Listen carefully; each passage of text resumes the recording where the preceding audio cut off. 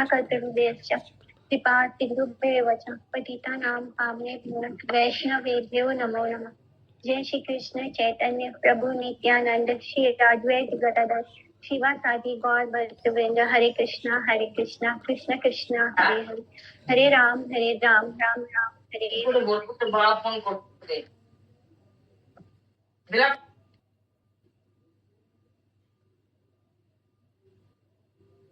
ठीक है, तो लास्ट श्लोका था, श्लोका नंबर 3 और 4 किया था लास्ट डे बिफोर यस्टरडे।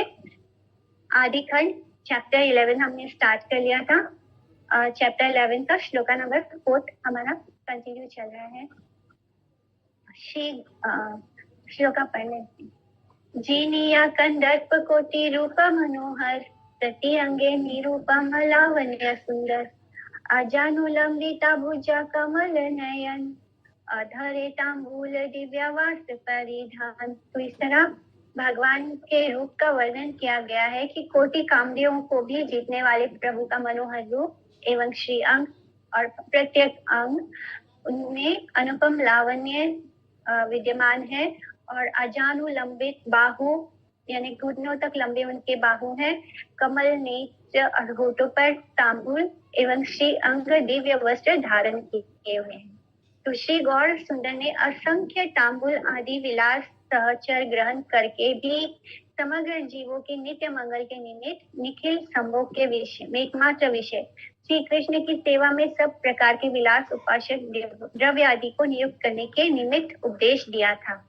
अर्थात उन्होंने यही उपदेश दिया था सभी को कि हर वो वस्तु जिसको हम अपनी इंद्रिय तृप्ति के लिए यूज करते हैं वो एक्चुअली में किसके लिए है? भगवान के लिए। तो कृष्ण के विलास में यूज करना है, उसको स्वयं के इंद्रिय तृप्ति में नहीं लगाना है।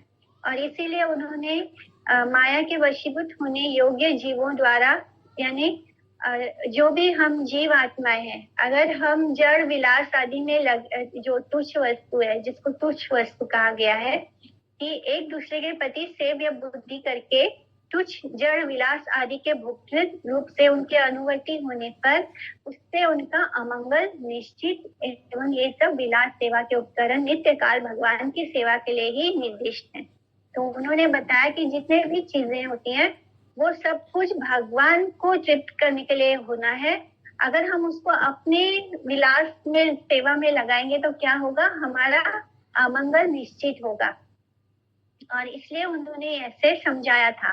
श्री गौर सुंदर का इस प्रकार लीला प्रदर्शन संयमी साधकों को देखने योग्य विषय होने पर भी नित्य काल मत्सर माने एनवियस और अनभिज्ञ जो इटर्नली एनवियस है, जो जीवात्मा इटर्नली एनवियस है और अनभिज्ञ है, मूर्खता है, माने मूर्ख है, वो यही समझते हैं जैसे भगवान ने संन्यास लीला की थी, तो वो लोग क्या सोचते हैं कि जैसे हम मनुष्य, भगवान है चैतन्य महाप्रभु, उनको संन्यास लीला करने की कोई जरूरत नहीं, उनको अपनी इंद्रियों को कंट्रोल करने के लिए संन्यास लेने की जरूरत नहीं है, वो तो बस लीला कर रहे हैं, सबके सामने एक एग्जाम्पल रख रहे हैं।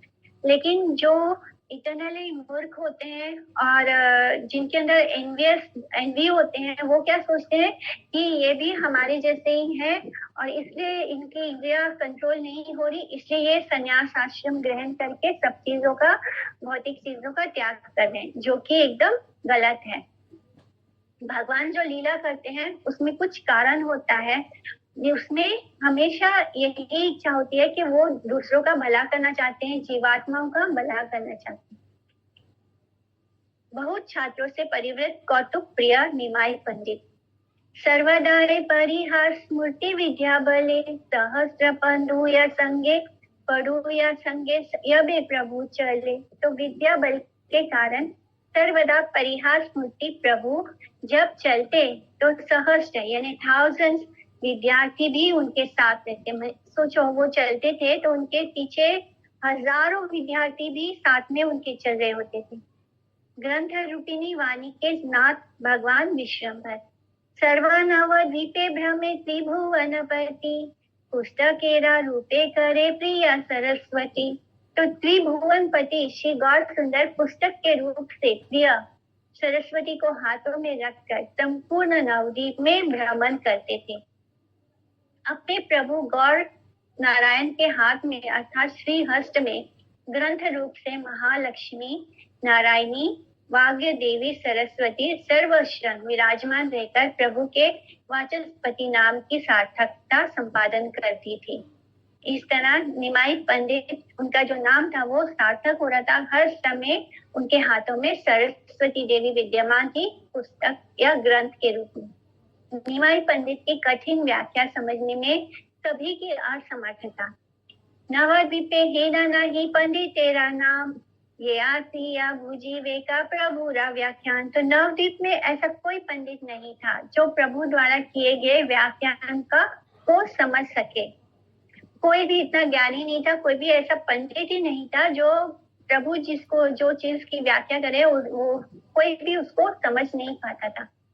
एकमात्र अपने अध्यापक गंगादास पंडित के साथ ग्रंथ की आलोचना। सबे एका गंगादास महाभाग्यवान, यारा थाई प्रभु करे विद्यारा आदान। तो जिस माने किसी पे विषय पे बात करना होता तो वो अपने गुरु गंगादास से ही करते थे। कोई चीज पर आलोचना करना होता तो उनके साथ ही बैठ के वो बात करते, क्योंकि और तो कोई भी ऐसा नहीं था जो उनको समझ पाए। केवल एक महाभाग्यवान गंगादास पंडित थे जिनके साथ प्रभु विद्या की आलोचना करते थे। विभिन्न अवैष्णव दृष्टा की अस्मिता में आत्मा की चिद वृत्ति, शुद्ध सेवा के उन्मेष, राहित्य या जड़ता का निबंधन, एक ही अद्वैय ज्ञान वस्तु में स्व गौण रसाभास में जड़ दर्शन वैचित्र। सकल संसारी देखी बोले धन्य धन्य, ए नंदन याहर ताहर को न देन्य। यते का प्रकृति देखे मदन समान, पाषाणी देखाए एनायम विद्यमान।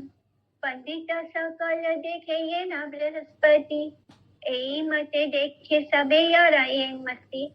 तो जैसा जिसकी मति थी उसको वैसे ही गौर सुंदर नजर आते थे। प्रभु को देखकर संसार के लोग कहते कि धन्य है जिनका ऐसा पुत्र है, उसके यहाँ फिर किस बात की कमी है। मैंने इतने ज्ञानी है वो। सब स्त्रियां उन्हें मदन के रूप में देखती थी। पाखंडी लोग प्रभु का यम के रूप में दर्शन करते थे और सब पंडित लोग इनका बृहस्पति के रूप में दर्शन करते। इसी प्रकार जिसकी जैसी भावना रहती वह उनको उसी रूप में देखता था।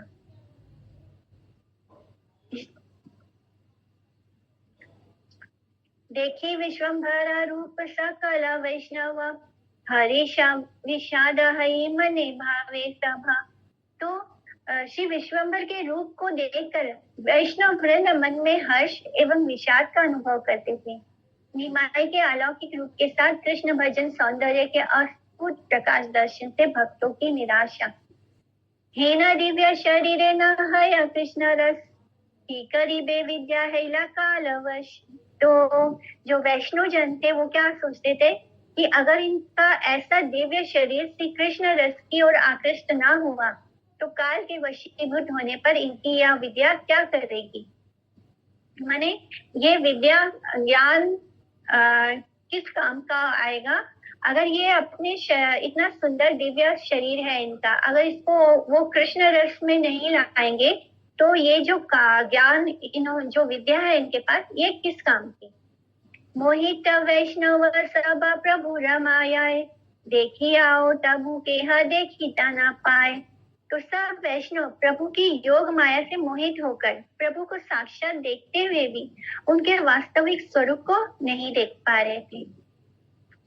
आरोवादी की विद्या लाभ मृत्यु काल से पहले तक की है और जीवित दशा में अधिकृत विद्या जीवन के परवर्ती काल में फलप्रद नहीं होती है।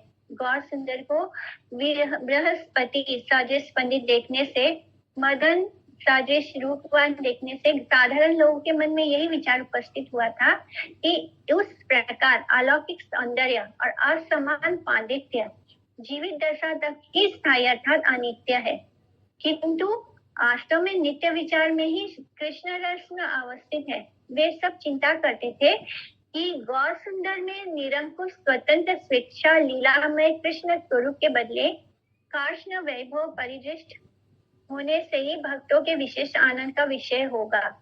भगवान गौर हरि जो साक्षात स्वयं रूप कृष्ण स्वरूप है, उनको उस समय वैष्णव भी लीला में प्रभु की इच्छा से समझ नहीं सके।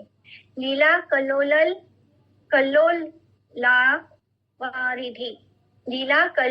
वारिधि श्री कृष्ण ने अपनी इच्छा शक्ति योग माया के प्रभाव से वैष्णवों को गौर स्वरूप की स्वयं भगवत्ता प्रदर्शन द्वारा अपनी प्रच्छन्न लीला प्रकाश का सुयोग अथवा हृदय में किसी प्रकार की अनुभूति प्रदान न करने के कारण उन्होंने प्रभु को देखने पर भी उनके अपने स्वरूप का दर्शन नहीं किया या अवगत नहीं है। साधारण मायाबद्ध जीवों में तो प्रच्छन्न लीला में भगवान के दर्शनों की योग्यता है ही नहीं। तो जब तक कृष्ण स्वयं नहीं चाहेंगे तो किसी के भी हृदय में ये बात स्फुरित ही नहीं होगी कि सामने भगवान है या नहीं।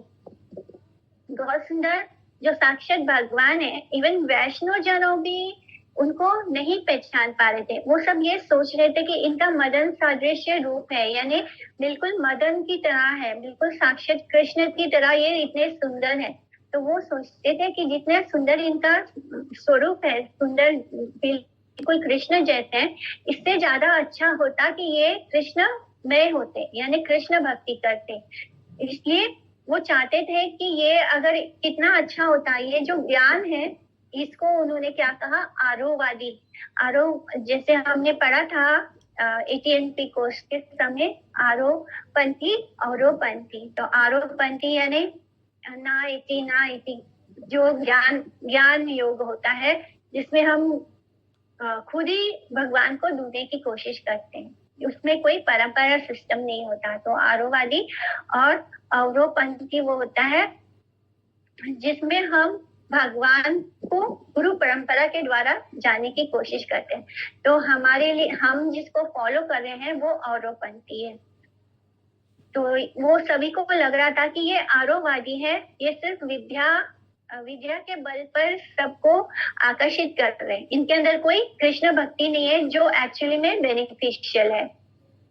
साक्षात प्रभु देखी केहा बोले कि कार्य गौराओ काल तुम्ही विद्या बोले। तो कोई तो प्रभु को साक्षात देखकर उन्हें कह उठते, विश्वम्भर तुम विद्यारस में मत होकर अपने समय को क्यों व्यर्थ नष्ट करते हो। भगवान की प्रचंड लीला की सहायता के लिए भगवत इच्छावश वैष्णव बाही प्रज्ञा चलित अनभिज्ञ व्यक्तियों का अभिनय करके प्रभु को भागवत सेवा प्रदान करने के लिए चेष्टा युक्त करते हुए थे। परोक्ष के बिना साक्षात भाव से भी वे प्रभु को कहते थे कि वृथा पांडित्य प्रतिभा में मत न रहकर निमाय का हरिभजन करना ही श्रेय है। यानी अगर वो हरिभजन करेंगे तो ही कुछ लाभ है, नहीं तो ये बेकार का ज्ञान किस काम का है।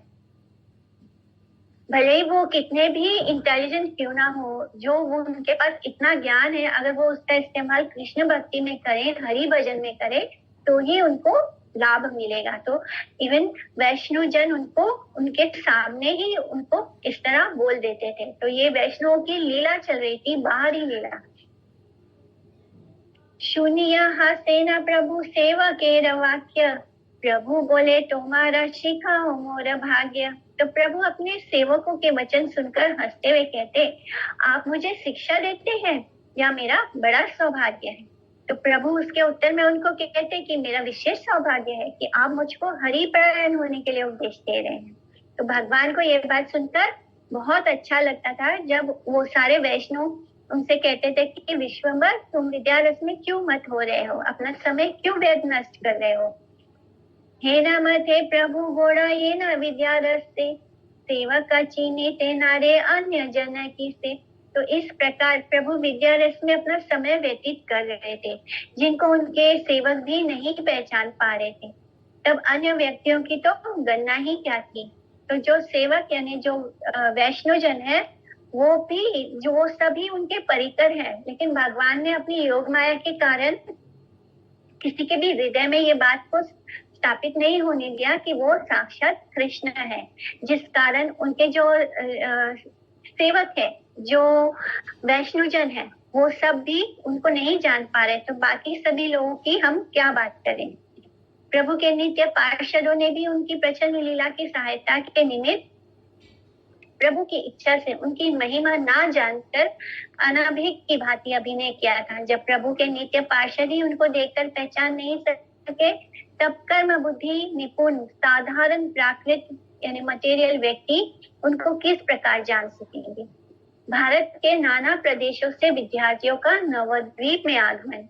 चतुर्दिका हई ते लोका नवद्वीपे आए, नवद्वीपे पढ़ीला से विद्या रस पाए।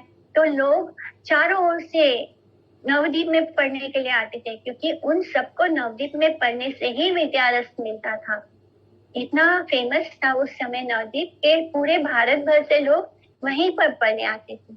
चट्टग्राम निवासी वैष्णव का शास्त्र पाठ करने के लिए गंगा तट पर नवद्वीप में अवस्थान।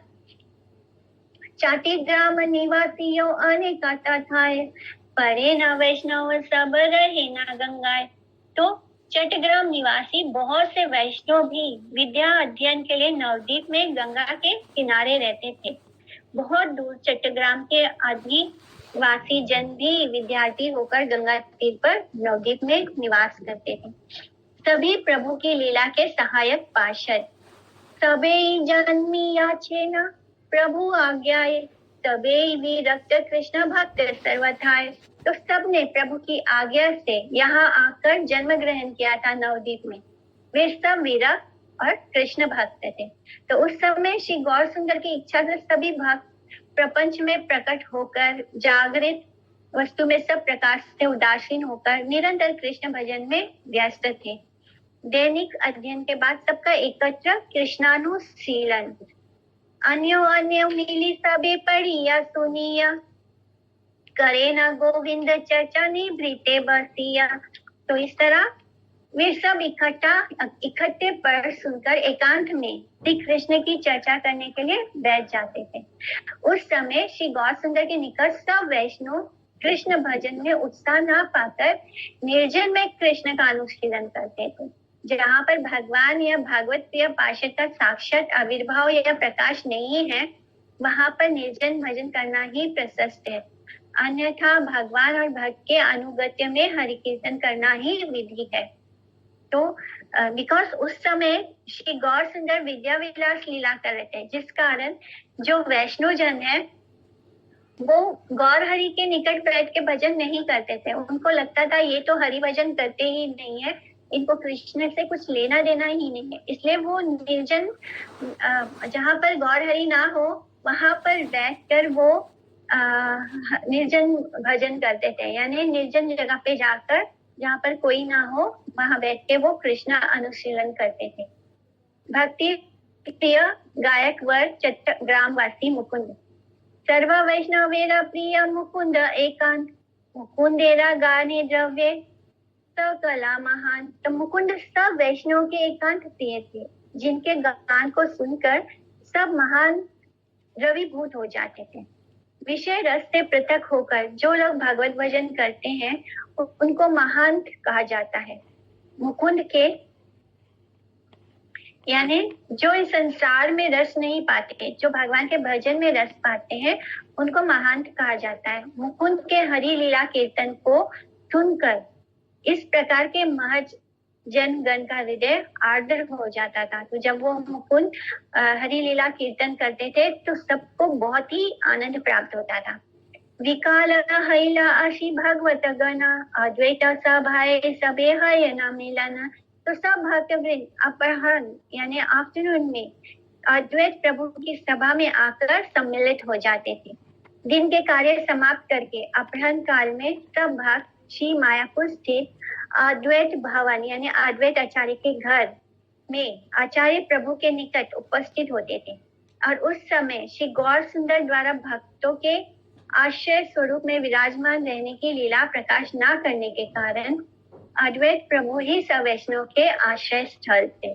क्योंकि उस समय तक श्री गौर सुंदर ने किसी को भी सामने यह प्रकाशित नहीं किया था कि वो स्वयं ही कृष्ण है, या ना ही वो कीर्तन करते थे, ना हरि भजन करते थे, ना कुछ माने कृष्ण को उन्होंने अपने अंदर के भक्त को भी प्रकाशित नहीं किया, क्योंकि भगवान गौर हरि जो है वो भक्त के रूप में आए थे श्री कृष्ण के।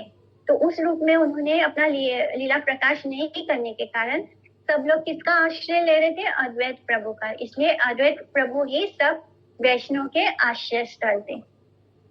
यही मात्र मुकुंद गए न कृष्ण गीत, हेना नहीं जानी केवा पड़े को ना भी। तो वहां जो ही मुकुंद कृष्ण गीत गाने लगते थे, तो ही ना मालूम कौन किस ओर गिर जाता था। तो मुकुंद के कृष्ण गीत श्रवण से करने से शौत्र वर्ग प्रमोन्मत होकर नाना दिशाओं में नाना स्थानों पर भूमि पर गिर जाते थे।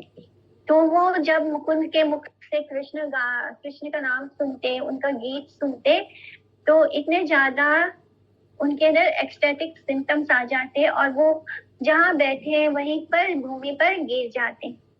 केहा कांदे केहा हंसे केहा नित्य करे, गाड़ा गाड़ी आए केहा वस्त्र ना संवरे, हुंकार कराए केहा माल साठ मारे, केहा गिया मुकुंदेरा दुई पाए धरे। तो कोई हंसता, तो कोई रोता, कोई नृत्य करता, कोई वस्त्रों को संभाले बिना ही लोटपोट होने लग जाता, यानी किसी को अपने देह का भान ही नहीं होता। कोई हुंकार करता जोर जोर से, और कोई ताल ठोकने लगता, एवं कोई जाकर मुकुंद के दोनों चरणों को ही पकड़ लेता। इस तरह सब अपने ना वस्त्रों का ध्यान है, ना खुद का देह का ध्यान है, बस सब कृष्ण भक्ति में खो जाते। ऐ माता उठाए परम आनंद सुख, ना जाने वैष्णव सब आर को न दुख। तो इस प्रकार का परम आनंद सुख प्राप्त होता सभी को, और उस समय सब वैष्णव अन्य किसी प्रकार के दुख का अनुभव ही नहीं करते थे। तो जब कोई कृष्ण कीर्तन सुनता है, कृष्ण कथा सुनता है, तो वही ऐसा क्षण होता है जब हमें तीन ताप नहीं परेशान करते, हमें कोई दुख परेशान नहीं करता। मुकुंद का दर्शन करने मात्र से निमाई द्वारा उसको पराजय साधन के उद्देश्य से घेरना। प्रभु मुकुंद प्रति बड़ा सुखी माने, देखी ले ही मुकुंदेरा धारे ना आपने। तो श्री महाप्रभु भी मुकुंद को देखकर मन में बहुत प्रसन्न होते और देखते ही उसे पकड़ लेते थे, क्योंकि मुकुंद बहुत ही अच्छा भक्त था और हमेशा हरि कीर्तन करता था, जिसे सुनकर जो वैष्णव जन है वो पूरी तरह भक्तिमय हो जाते थे। तो महाप्रभु को भी मुकुंद बहुत अच्छे लगते थे, इसलिए जहां भी उन्हें देखते तो उनको पकड़ लेते। निमाई और मुकुंद का शास्त्र विवाद। प्रभु जिज्ञा सेना फाकी बखाने मुकुंदा, प्रभु बोले किछु नहीं आर लागे द्वंदा। तो प्रभु उनसे फकी का पूछते,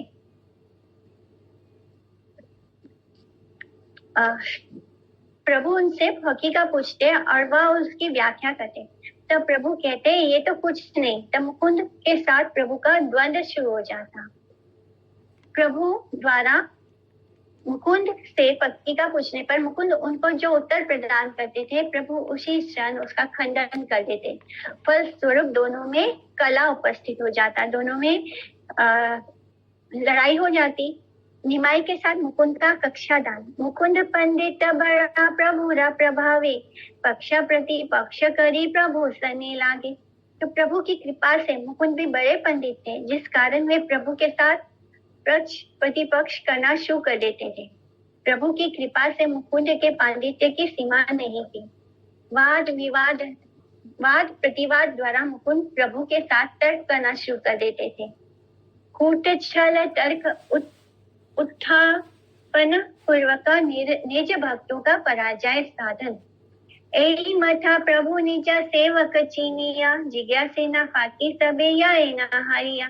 तो इस प्रकार प्रभु अपने सेवकों को पहचान कर उनसे फकी का पूछते एवं सब उनसे हार कर चले जाते। शिवासादि भक्तों द्वारा निमाई पुष्ट कूट छल तर्क को प्रजल समझकर स्थान त्याग। शिवासादि देखी लाओ फाकी जिज्ञासेना, मिथ्या वाक्य भय सब एक पालायना। तो श्रीवास आदि भक्तों को भी देखने से प्रभु फकी का पूछने लगते, परंतु वे मिथ्या वाक्यों में समय नष्ट करने के भय से उस स्थान का त्याग कर दूर चले जाते थे। सबको ऐसे लगता था कि प्रभु जो है वो बेकार के प्रजल्प कर रहे हैं, यानी वो कृष्ण की बातें नहीं करके ज्ञान की बातें करते हैं। तो सब उनसे जो भक्त हैं, प्रभु अपने सेवक को ही ढूंढते थे फकीका पूछने के लिए।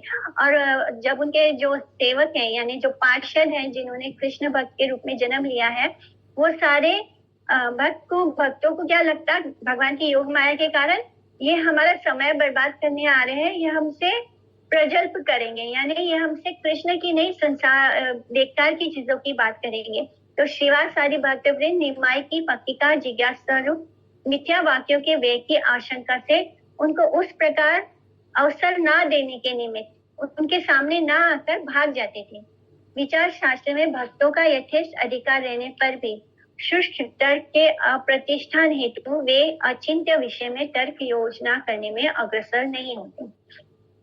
तो जो भक्त होते हैं, जो शुद्ध भक्त होते हैं, वो बेकार के बहस में या ऐसी कोई भी बात, भले उनको बहुत ज्ञान क्यों ना हो, उनको उस बारे में पूरी अच्छी जानकारी हो, उन्हें भी बहुत अच्छा ज्ञान क्यों ना हो, लेकिन जो भक्त होते हैं वो बेकार की बातों में अपना समय नहीं गवाते, वो किसी के साथ बहस में नहीं पड़ते। बहुत बार ऐसे हो जाता है कि उनको पता है कि वो गलत भी नहीं है, तभी वो बहस में नहीं पड़ते। वो कभी कभी तो वो खुद ही अपनी गलती ऐसे बता देते हैं कि हाँ हम ही गलत है, और बोल के उस जगह से निकल जाते हैं, क्योंकि उनको लगता है कि इस तरह बेकार की बातों में पड़ने से हमारा समय, जो कृष्ण का समय है, वो समय इस संसार की चीजों में व्यर्थ जाएगा। तो ऐसे जो भक्त होते हैं वो कभी भी किसी के साथ बहस या तर्क में नहीं पड़ते हैं। सहजे विरक्त सबे श्री कृष्ण रस्ते, कृष्ण व्याख्या बिनु आर की छुनाई बाते। तो सब भक्त श्री कृष्ण रस में मग्न और अन्य रस से सहज ही विरक्त होने के कारण श्री कृष्ण विषय व्याख्या के अतिरिक्त कुछ बोलना पसंद नहीं करते थे। अधोक्ष श्री कृष्ण के रसिक भक्त वृंद का कृष्णेतर सब वस्तुओं में स्वाभाविक ही वैराग्य था। सब वस्तुओं में कृष्ण संबंध दर्शन ही उनका एकमात्र प्रीतिकर व्रत था। कृष्ण रस की प्रयोजनीयता अनुभव करने पर वे कृष्णेतर रस को वृथा समझते थे।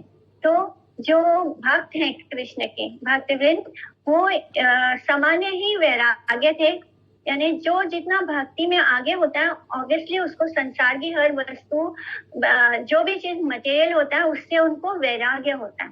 उनके लिए एक ही चीज प्रीतिकर था, कृष्ण संबंध दर्शन ही उनके लिए एकमात्र टॉपिक था जिसपे वो सुनना चाहते थे और बोलना चाहते थे। इसके अलावा बाकी सब चीज वृथा थी, यानी प्रजल्प था।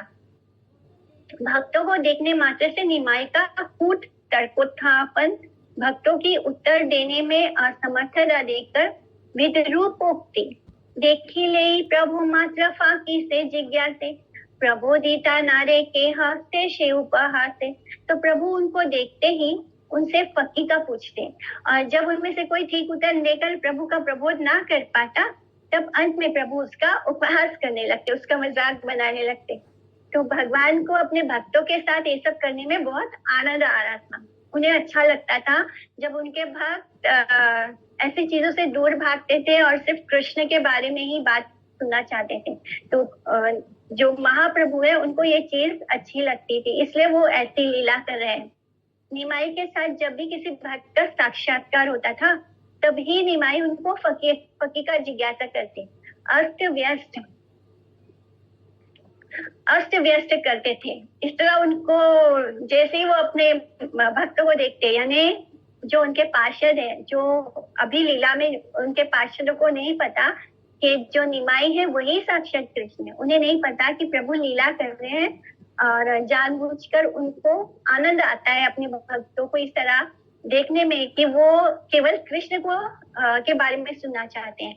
तो भक्त वृंद उन्हीं सब फकी का जिज्ञासा के उत्तर से निमाई को निरस्त नहीं कर पाते थे, इसलिए उनकी समस्त तृप्ति अंत में निमाई के उपहास में ही बदल जाती थी। और जब वो लोग आंसर नहीं कर पाते थे तो प्रभु उनका मजाक बनाते थे, उपहास करते थे।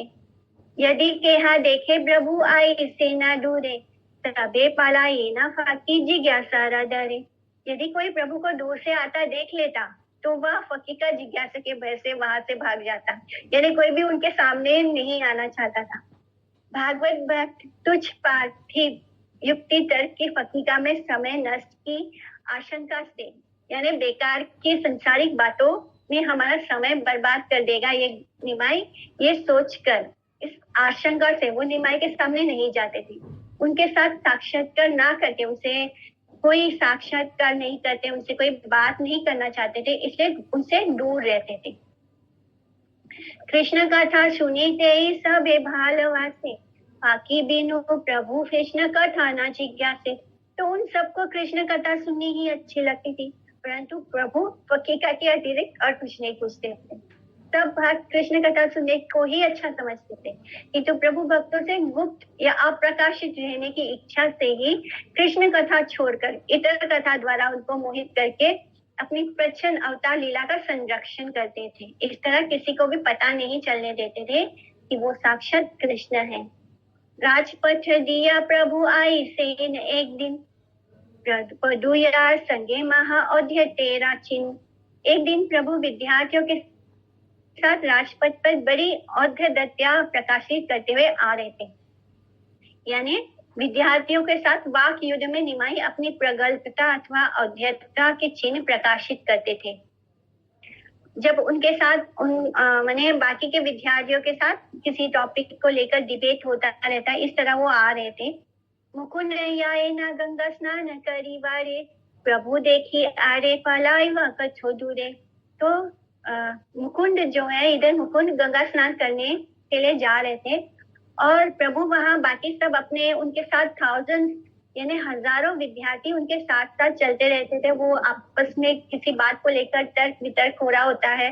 इस तरह उन सब में प्रभु जो है एकदम प्रगाढ़, वो सबसे अलग ही दिखते थे, क्योंकि उनकी बातों को कोई नहीं काट पाता था।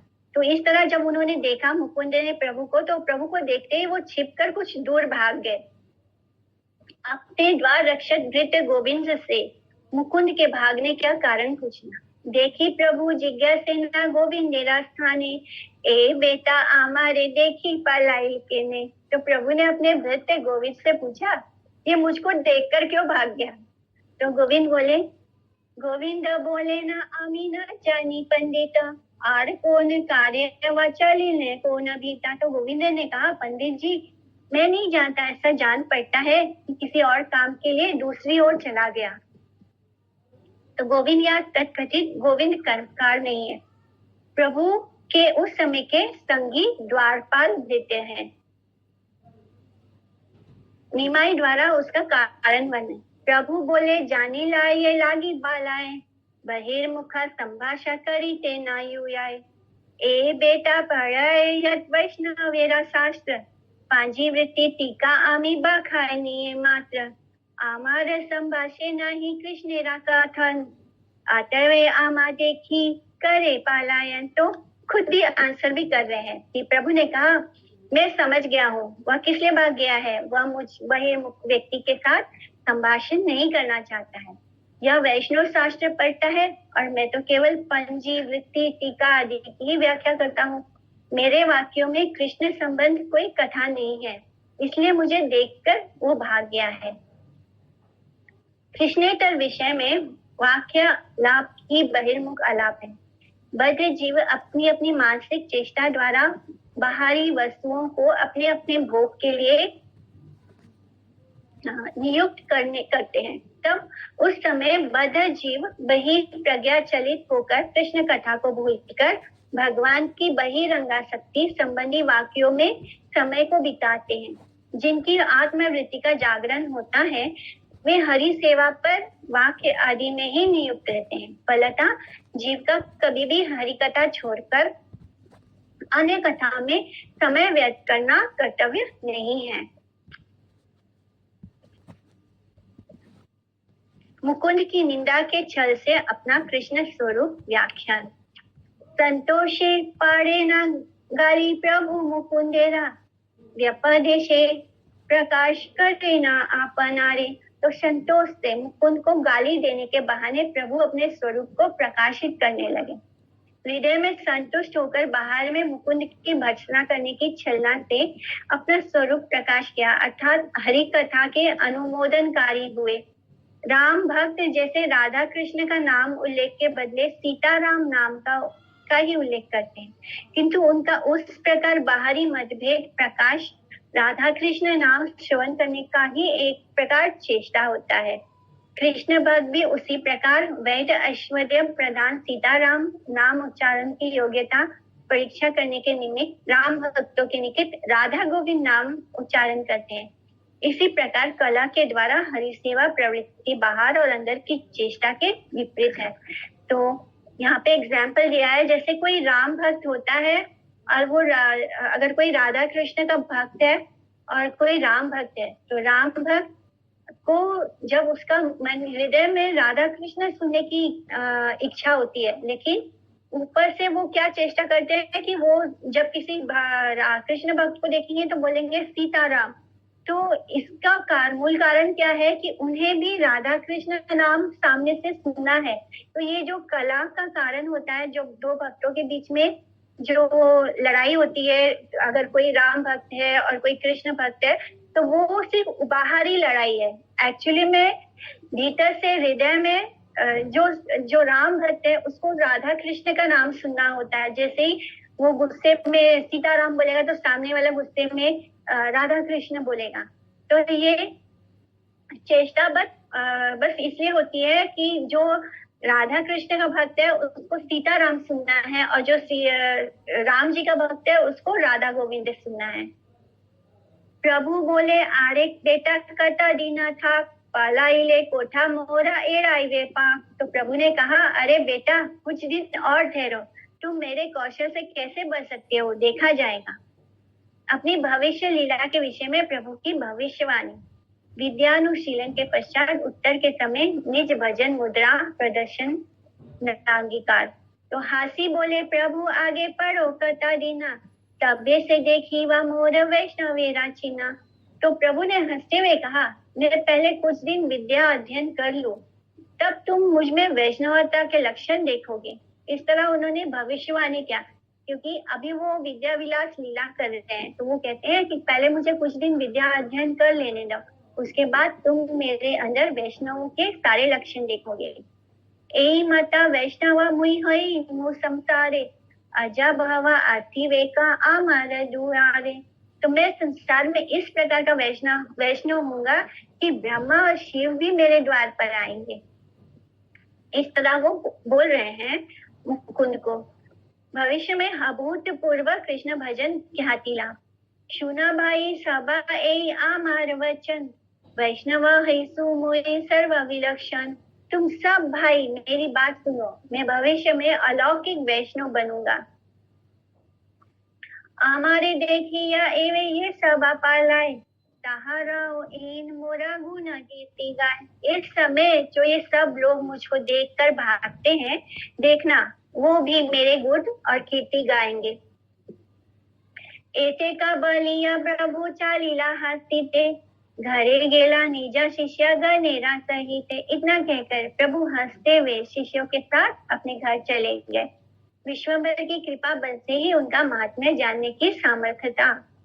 ए मरते रंगा करे विश्वभर राय, केताते जानीते पारे यदि न जाना। तो इस प्रकार श्री विश्वभर राय अनेक प्रकार के लीला कौतुक करते, किंतु जब तक वे स्वयं को प्रकाशित न करें तब तक कोई भी उनको नहीं जान सकता था।